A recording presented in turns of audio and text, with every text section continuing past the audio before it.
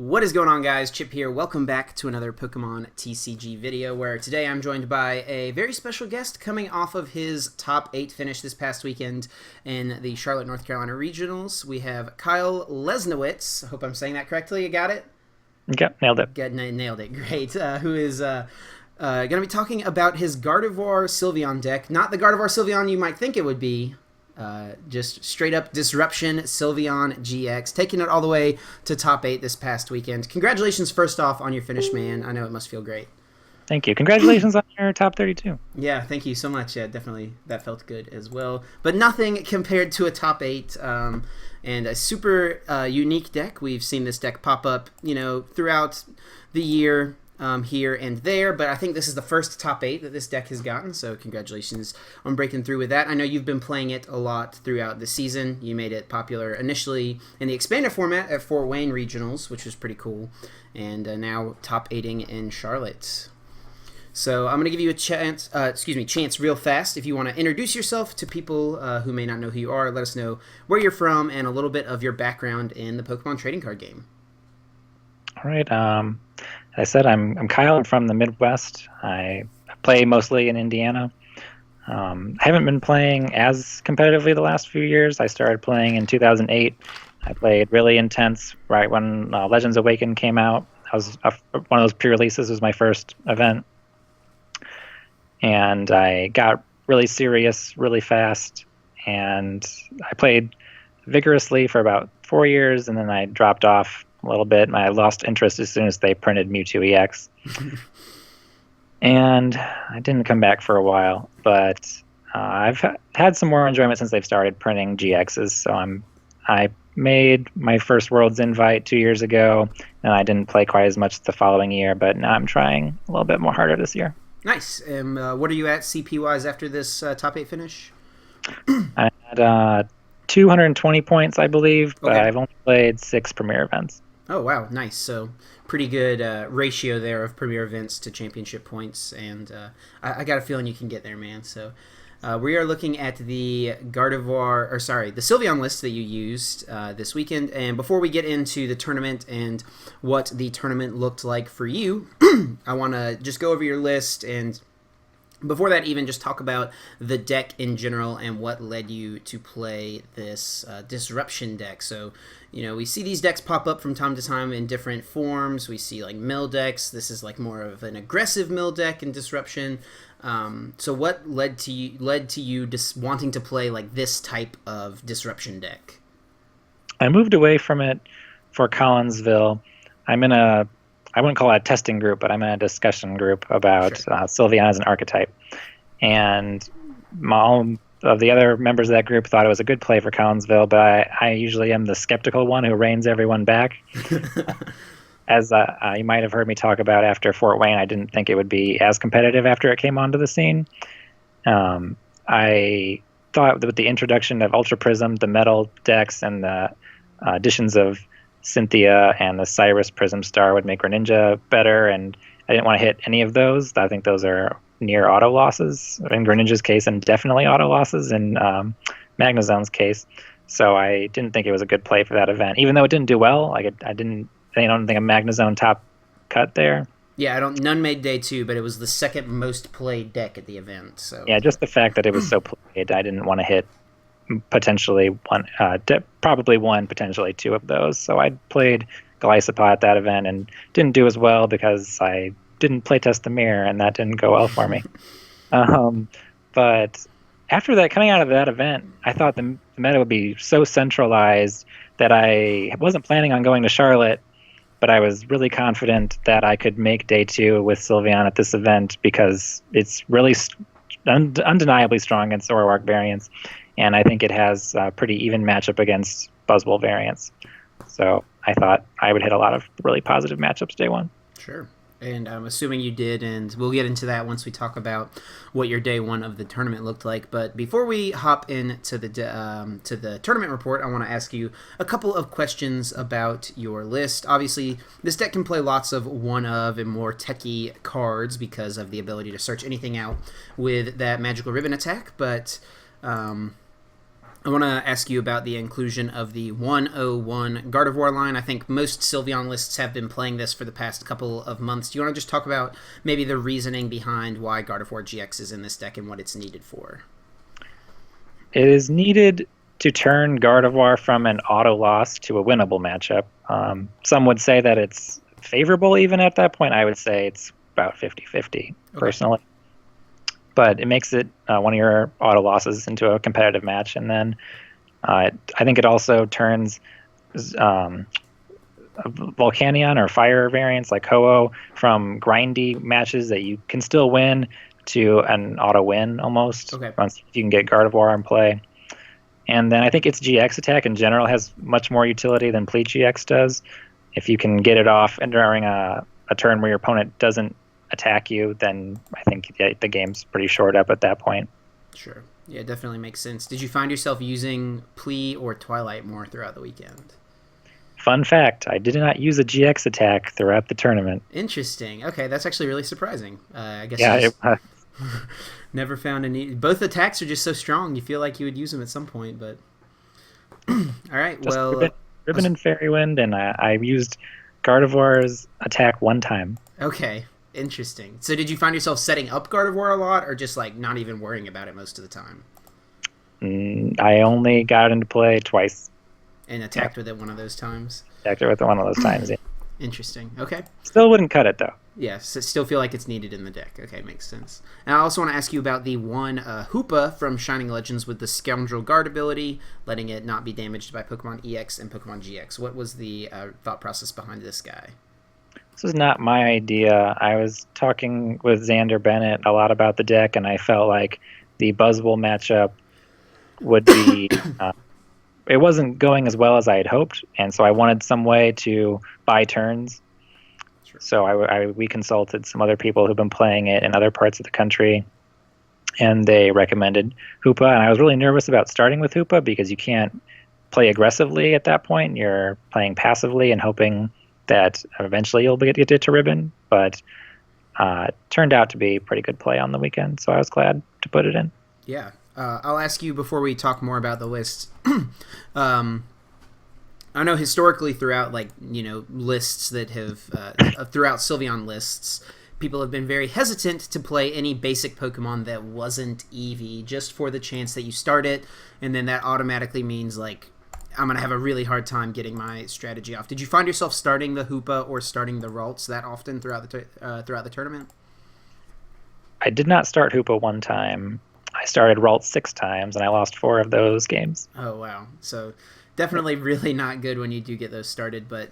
But it's not the end of the world because I play 4 Nest Ball, and if you go first, you also have the 4 Puzzle a Time, and you can puzzle potentially for a basic or a Nest Ball. For sure.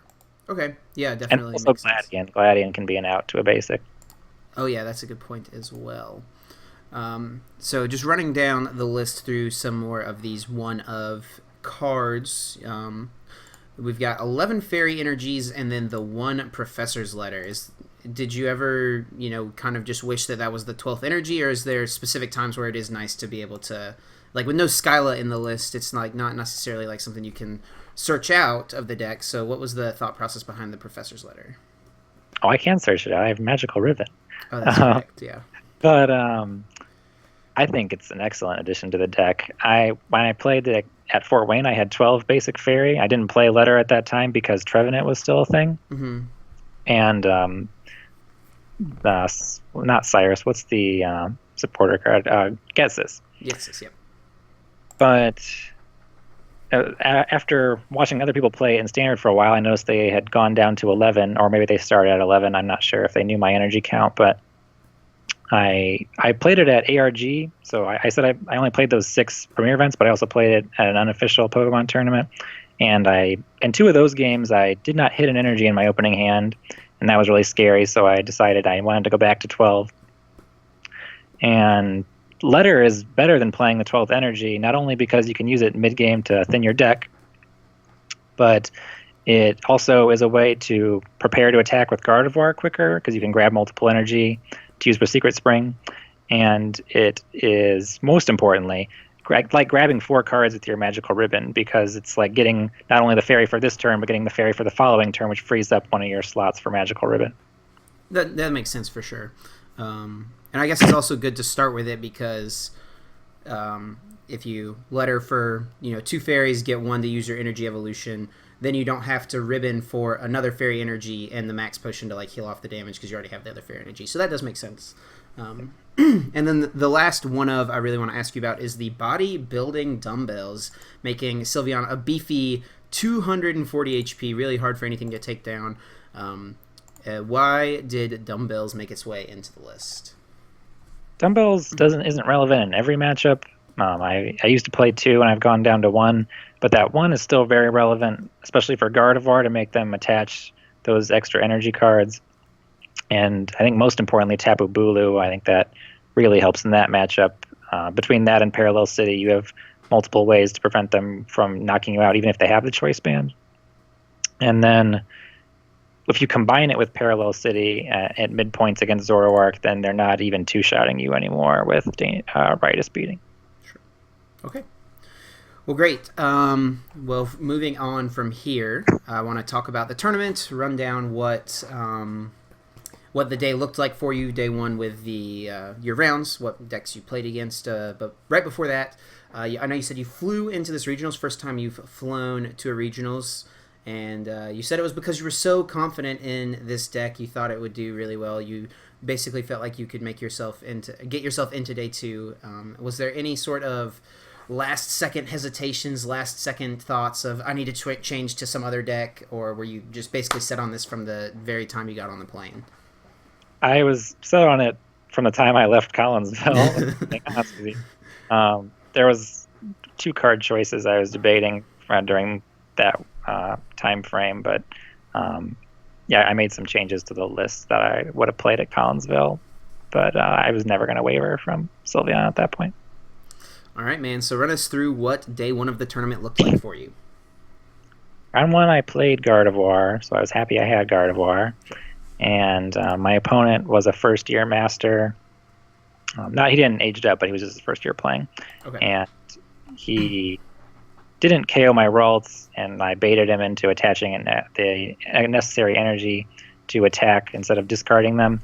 And that was enough with the 5 on him that I could Secret Spring and KO his Gardevoir back. So that loss of energy allowed me to, after knocking out his Octillery, just run him out of energy. And by the time he got set back up a little bit and was attacking me, his deck was being depleted rapidly, and I was able to deck him out. And that first game was the only one we completed. Okay. Excuse me. No, you're good. And I'll ask real quick, I guess before you hop into anything else, one other question I just remembered I wanted to ask was, did you find yourself, not like, obviously this is very much a disruption deck, with the deck out strategy in mind, but did you find yourself attacking to take 6 prizes a lot of times throughout the weekend, or did you mostly complete games by decking your opponent out? I think I only took 6 prizes twice, but I don't play the deck to aggressively deck my opponents out. I think the Zoroark players deck themselves out because they need to hunt for their stuff. I think the biggest misconception I would say people have about Sylveon is that you aggressively mill the opponent's deck, but you don't. Your win condition is kind of a false win condition. It's just, can you remove all of your opponent's energy, and then the game will kind of win itself. Sure. Okay. Well, carry us on into round 2 and what that looked like. Round 2, I had 2 of my Ralt starts, so I very quickly lost. So it didn't matter that I got paired against Magnezone because I didn't get to play. So I felt like I got all my bad luck of the tournament out in those 2 games.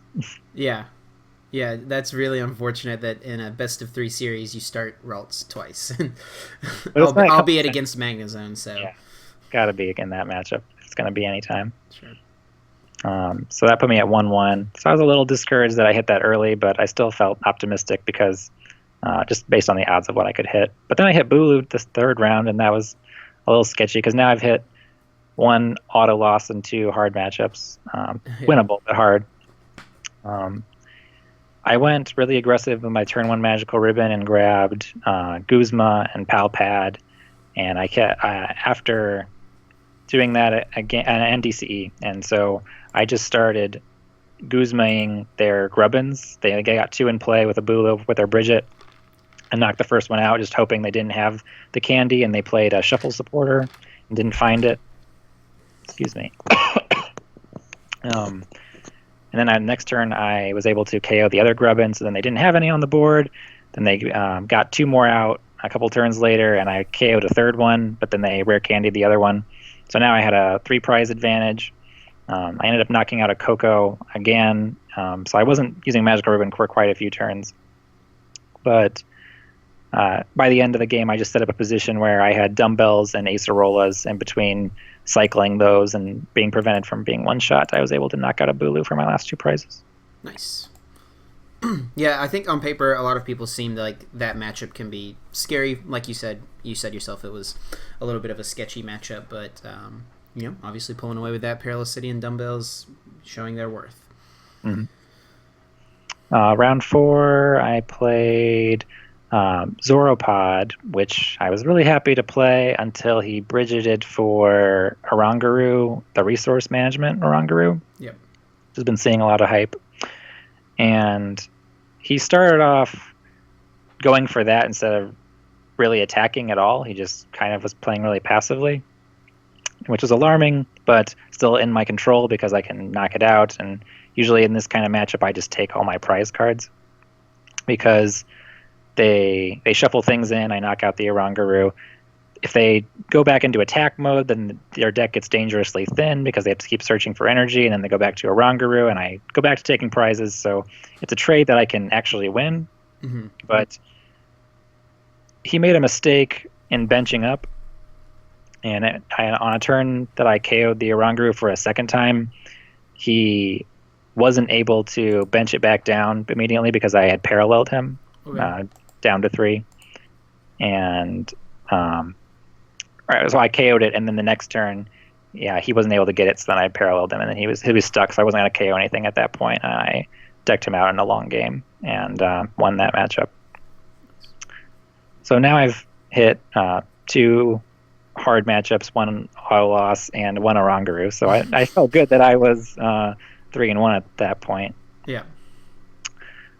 Then I finally started hitting easier decks. I hit Lycanroc, Zoroark the next round, and that was an easy win. I hit Ninetales the following round, and my opponent was tilted before the match ever started. So was that Grant Manley? It was. Okay. Yes. Yeah. He was very salty because he hit 2 Sylveon throughout the tournament, so he was not happy about that. I know, but I wouldn't have been happy either. But it was not a pleasant atmosphere, I'll say. Yeah. So that was the double win, and then I played 2 more Lycanroc Zoroarks, and now I'm coasting kind of at this point because this matchup is not only easy, but I play intentionally the first game to not show the Hoopa in my deck. So I give them that hope that after they usually take like 4 prizes in game 1, but it's not enough, and they think, oh, I got so close, and then I demoralized them at the beginning of game 2 by pulling for the Hoopa, and now they have to play almost entirely differently than they did when they got so close the first game because they have to start attaching to Rockruffs and not actually doing damage. So those matchups tend to play the games really differently, actually. Sure. At that point, I will say that 8th round, the finals Lycanroc Zoroark I played was Josh Marking, and all tournament I had been telling him, you're going to be my winning in on 9. I was trolling him, and when we played in round 8, he was not pleased. But we had a very friendly match where he didn't play strong energies, so he had to use Wild Kick with the corner Rockruff over and over again, but he only went 1 for 8 to try to attack into my Hoopa, so that was hilarious. Oh my gosh. And in game 2, the game was so far gone that we both started playing with our hands face up just to make it more challenging. Just showing him what you're ribboning for every single turn, yeah. This is what you're going to have to deal with next turn. Exactly. It was really fun. And then the final round I got paired with Natalie Champagne and her Fight Guys. And I let her absorption me early in that match because then my dumbbells activate, but not only that, I wanted to counter catcher her Carbink and knock it out because she only had one in play. And from there, I Flare Grunt from the active and then counter catcher, and now she's down in energy, and I get a KO, and she prized her second one, so I was able to win that game pretty easily. The second game, she got out both Carbink Brinks really quick, and I was able to stay in it for a little bit, but she pulled away. And then game 3, I was able to knock out both of her Carbinks. So she had 3 prizes left, so it was still well within her reach as well, but we didn't get close to finishing the game, so we tied that last round. Well, entering day 2 at 7-1-1, you accomplished your goal. You were like, this is going to be an easy day 2, and you made it happen. And it sounds like, you had a couple sketchy matchups at the beginning, but through the end of the day, you felt pretty comfortable throughout the rest of it. So heading into day 2, once you looked at the rest of the field, was there anything you really didn't want to play against in the day 2 field? I didn't want to play Joe because I didn't want to play Greninja. Yeah. I think there was a metal deck I'd seen it floating around. I didn't want to play that. Other than that, I felt like I could win every other matchup. So I felt really positive about my chances as long as I didn't have ties or too many Ralt starts. Sure. All right, so run us through what day 2 looked like in trying to get to those 33 or 34 match points to make it to top 8. First round, I played the Quad Hoopa attacking deck, and when I got paired with that, I was really happy until he opened with his Oranguru, and then I realized it was going to be much more tricky than I thought. I would knock it out, and he would Elixir and do things with Hoopa, but at most he'd be doing mostly 60 damage, sometimes 80, and it didn't really matter. He surprisingly got a lot of energy in play, though, so that was annoying that I had to keep doing that instead of actual milling. Because in that matchup, it can be so grindy against another stall deck. I did aggressively play. You wouldn't have believed how fast I was playing this my deck. I was just like, draw pass until I had until he put the Oranguru back in play because he would draw his deck. And then I'd be like, draw Guzma, Fairy Wind, Fairy Wind, knockout. And my turns were extremely rapid. I ended up taking 4 knockouts on that one Oranguru, and that took all 50 minutes. So we tied. So y'all didn't even finish game 1? No. Oh, wow. I would have probably needed like 20 more minutes to knock it out 2 more times, to be honest. That's wild. Yeah. But I wasn't in danger of losing. It was just stressful, like, trying to play like that kind of pace and still not coming close. Sure. The second round I got on stream with Riley Hulbert. Couldn't have asked for a classier opponent. He fell behind pretty quickly in that first game. I don't think it was ever really in danger, and I did my usual strategy of just getting 3 Sylveons in play, not showing the Hoopa. He knew I had it, though. Yeah. I was wondering what they were thinking on stream because I prized the Hoopa game 1, and I bet like people were like, "Oh no, that was his auto win," but I really wasn't going to go for it. And then game 2 actually got sketchy toward the end because he would always double puzzle for his ends back. Like he would grab 2 ends. I know the last one he grabbed NDCE, but he used a lot of ends, and I'm really strong about thinning out my deck early in the match. When I take my opportunities, I play the match kind of like a flow chart. I know a lot of the judges were knocking me, saying I was playing solitaire all day, but I think about it more like a flow chart where I'm like, do I have the ultimate combo of Fairy, Grunt, and Max Potion? If I have those things, then I can go on to the next stage, which is, am I in danger of being turn 1 or turn 2 absorptioned or knocked out by Bulu or something that can one-shot me? And if that's the case, I need to grab hammers as the next cards. And if I have all of those bases covered, then I just start grabbing nest balls and things like that and just thinning my deck out. So when I inevitably get end, I don't draw into cards that aren't going to be good. Sure. So I prepare preemptively for these ends, but he finally stuck 2 of them in that second game, and it was looking really bad, except he couldn't get the combination at the end of the game of the second strong attachment, the choice band, and the Kukui. I always want to say Buck's training, but Kukui, to do the 200 damage that he needed to do. So that game actually ended up being kind of close at the end, but I was able to pull it out. Nice. And that put me at 101 on the day. Then I got paired with a Zoropod, and I was feeling really good about it until I started Lone Ralts Pass, and I lost the first match of that game. I ended up winning decisively in the second game. He, excuse me, got off, I think, like maybe 5 or 6 attacks with his Tapu Koko into my Hoopa, but I max potioned it, and that didn't matter. So he didn't play the Oranguru, so... No, that one didn't. Yeah. And then we didn't finish game 3, so that was another tie, so I needed to win 2 of my last 3 and tie, or win out.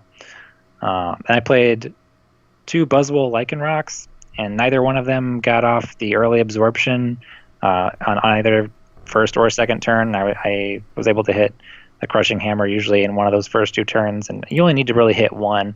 A lot of people who play this deck only play 2 Crushing Hammer. I've seen a lot of lists that play 4, but I think 4 is excessive, and I think 3 is the sweet spot.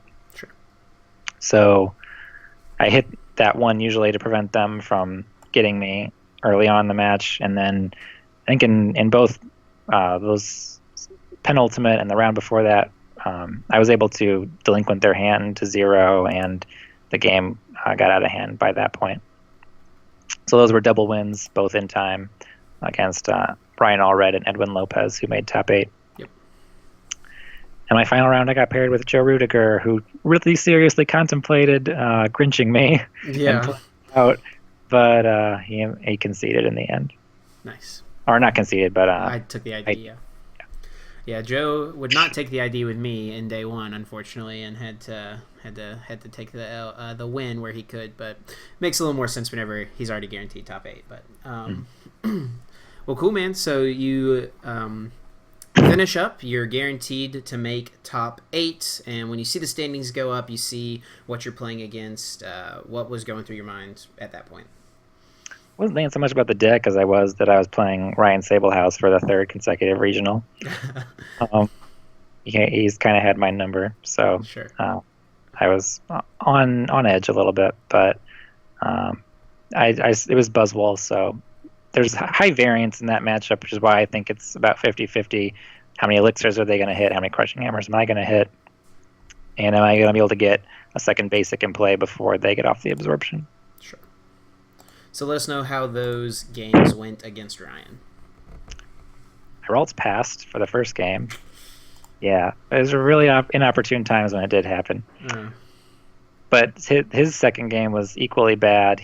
At first I thought he drew past for the first 3 turns, and I thought he might have been just testing the waters of what I would do if he didn't ever attach energy and just drew cards and then end for like 40 turns. Mm-hmm. But turns out his hand was just bad because I was able to delinquent him out of a hand, and then I aggressively took 6 prize cards in like 15 minutes. So then we were on to game 3 in like under 20 minutes. And I wish I could say it was a great game, but I had one of those times when I got to the second tier of my flowchart, and I was like, I'm in danger of being absorptioned, and I grabbed Crushing Hammers, and all 3 of them missed. So I got a little steamrolled. Yeah. And an end stuck, and I didn't get another basic when I needed to, so... Well, that is unfortunate. Triple tails on hammers definitely feels really bad.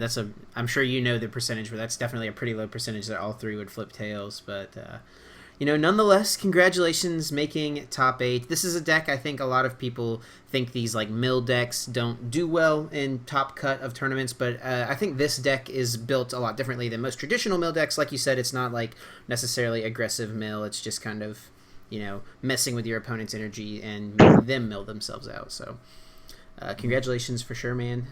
Getting you 100 championship points, a couple of booster boxes, and $750. Definitely, I'm sure, was worth the flight to Charlotte Regionals. Absolutely. Cool. So as we come to the end of the video, is there anything you think moving forward, if you were to play the tournament again tomorrow, that you would change about your list? As long as no one else is changing their list, I think I had the perfect 60. Although I think if we played it and the next day we're like, okay, everyone who played has to play again, then I think many more people would have played Oranguru, and I would have had to deal with that differently potentially. Okay. Is there ways that you could better build the deck to deal with Oranguru, or does that just make this deck a little bit more of a sketchier play because of Oranguru?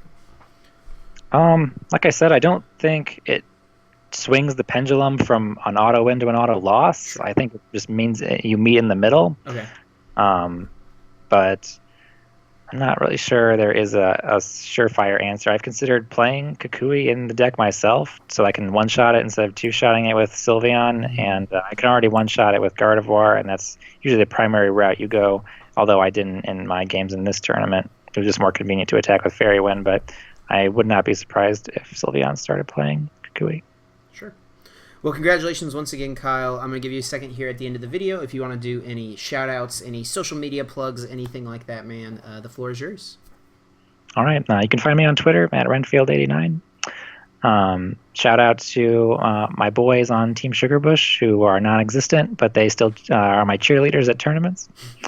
And shout out to the rest of Team Sylveon, who has been innovating the deck since I played it. Xander Bennett and Max Finch and Landon Keller. They have I've used a lot of their advice in my lists, and I would not have gotten Type 8 surely without their advice. Awesome. Well, congratulations one more time, guys. Definitely make sure you follow Kyle on Twitter. Link will be down in the description down below.